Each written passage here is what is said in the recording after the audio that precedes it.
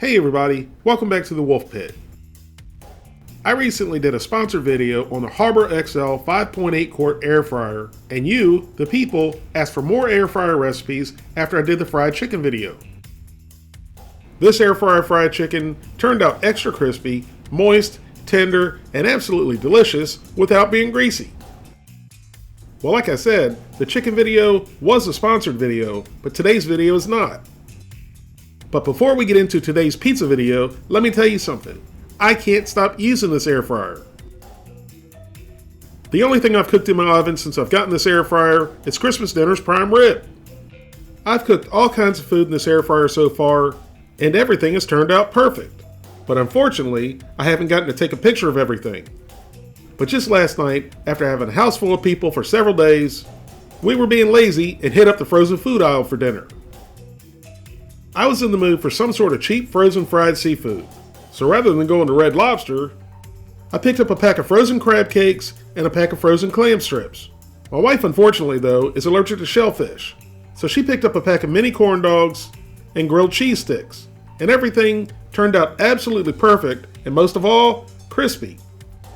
But there's one thing I'll tell you about air fryers, or at least this air fryer, is that you cannot go by the manufacturer's cooking recommendations on some frozen foods.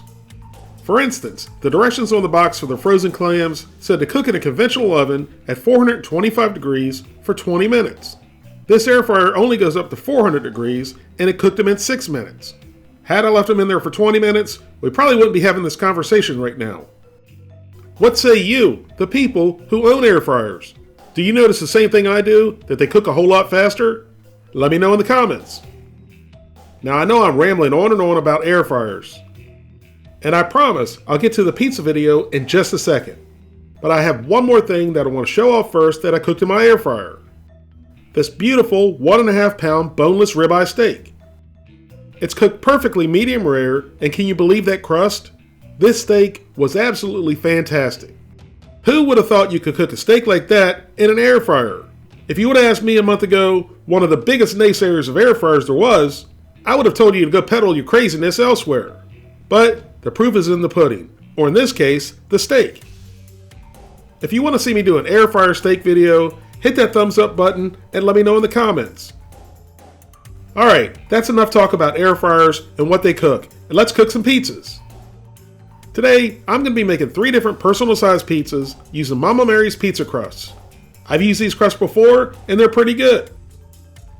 Along with Mama Mary's pizza crusts, I got her gourmet traditional pizza sauce, along with Mama Mary's gourmet pepperoni.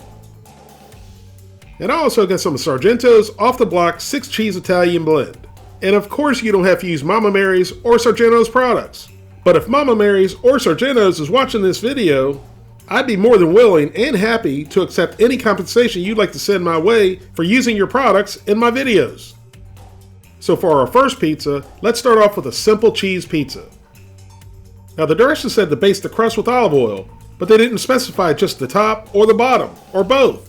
So we just went ahead and basted all the crust with olive oil.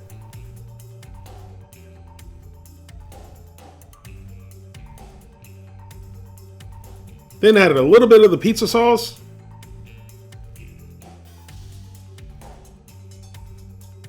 And spread it around nice and even. Depending on how you like your pizza, add more or less. After all, you are the boss of your sauce. Next, we added a very generous layer of our Italian cheese blend.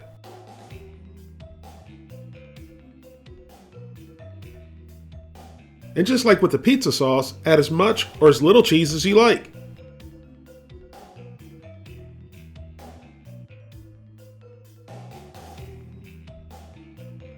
Once you've added as much or as little cheese as you like, add some Italian seasoning and some granulated garlic. The Mama Mary's instructions were to cook at 425 degrees for 7.5 to 10 minutes. Since my air fryer only goes up to 400 degrees, I set the timer for 8 minutes. And then went the pizza. 8 minutes later, our pizza was ready. And this is what I'm talking about, the air fryer cooks so fast. It looks like I might have been able to pull it out a minute earlier. Now, let's make a pepperoni pizza. We brush the crust on all sides just like we did with the first pizza.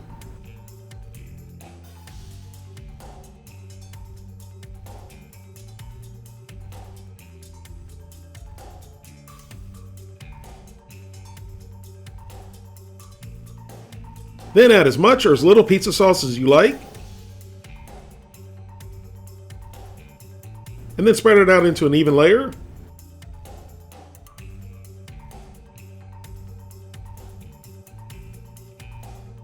Next, the Italian cheese blend.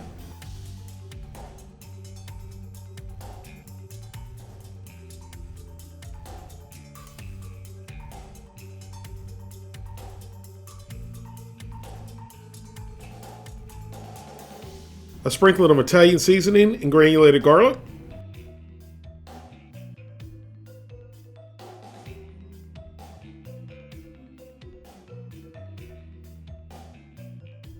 And what's a pepperoni pizza without pepperoni?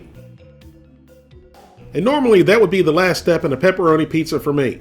But since this is going into an air fryer that blows hot air around in a small space, I figured I'd add just a little bit more cheese to help hold the pepperoni down. And then into the 400-degree air fryer it went. After 6 minutes, our pepperoni pizza was done. And you can tell by the way the pepperoni's flipped up that if the cheese wasn't on it, it would be all over the place. And I think 6 minutes at 400 degrees for these pizzas is a sweet spot. Now before we try the pizzas, let's make one last pizza using leftovers. The night before, we had tacos, so I'm going to make a taco pizza using the leftovers. We've already brushed the crust with olive oil. Now we're going to add our taco meat.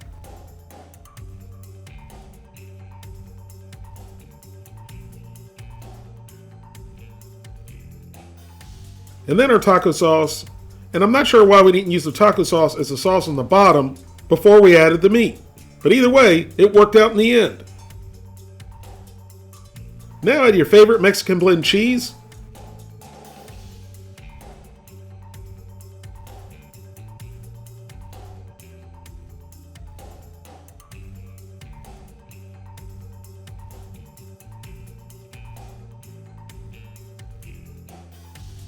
And then some raw onion.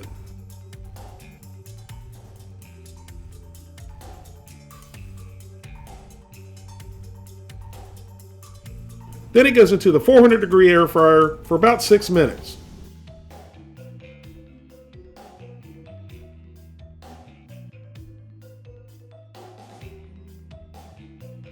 And don't forget to pick up your Wolfe Pit gear, whether you want a t-shirt, a beanie, or a license plate, or whatever. We have more stuff coming soon. And with every purchase, you not only get some cool Wolfe Pit gear, but you also help support the channel. There's a link in the description box to the Wolfe Pit shop. After 6 minutes at 400 degrees, our taco pizza is done cooking. So let's set our taco pizza aside and let it cool slightly before we finish it. In the meantime, let's cut and try the cheese pizza. The crust felt really good as the pizza slicer rolled across it. It felt crispy on the outside, but not hard and cracker-like, like some other prepared pizza crust or frozen crust can be. Everything looked good to me, even the bottom of the crust. And when I bit into it, the crust was good. It had a slight crunch in the middle of the crust, but it was a little bit harder and crunchier on the outside of the crust. The browning on the cheese gave it a great flavor, along with the Italian seasoning and garlic. I was definitely impressed with the first cheese pizza. Next up is the pepperoni pizza, and to me, it looked better after only cooking for 6 minutes at 400 degrees. The cheese and pepperoni looked beautiful, and the crust was not nearly as dark as it was on the cheese pizza. Cutting through the crust, you could immediately tell there was going to be a difference in the crust. The crunch was very light and thin, compared to the heavier and thicker crunch on the cheese pizza. Which wasn't bad, but I'm just not a fan of real thick, crunchy crust. When I bit into the pepperoni pizza, I realized only cooking for 6 minutes at 400 degrees is the perfect amount of time for the specific crust.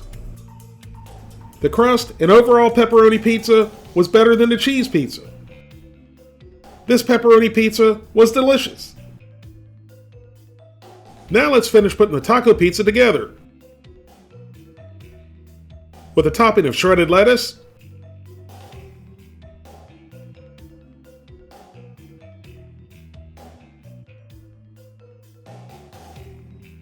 chopped tomato,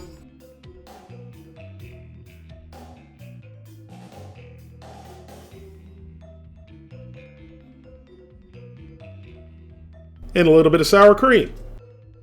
Or you could add guacamole, refried beans, or black olives.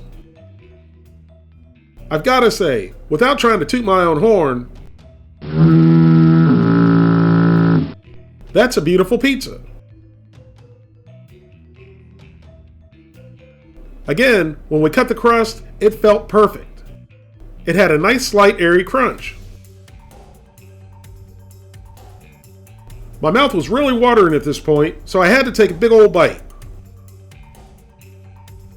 And this taco pizza was amazing. It was an explosion of flavors in your mouth that makes your tongue want to jump out of your mouth and slap you. All of these pizzas turned out much better than I really expected they would, but this taco pizza was absolutely amazing. Again, I was once the biggest naysayer of air fryers in the world, but now I'm turning into the biggest air fryer fan, knowing that there's not a whole lot it can't cook. Don't forget, if you want to see that air fryer steak video, hit that like button. Thank you all very much for watching. Please don't forget to like this video and subscribe, and I'll see you soon.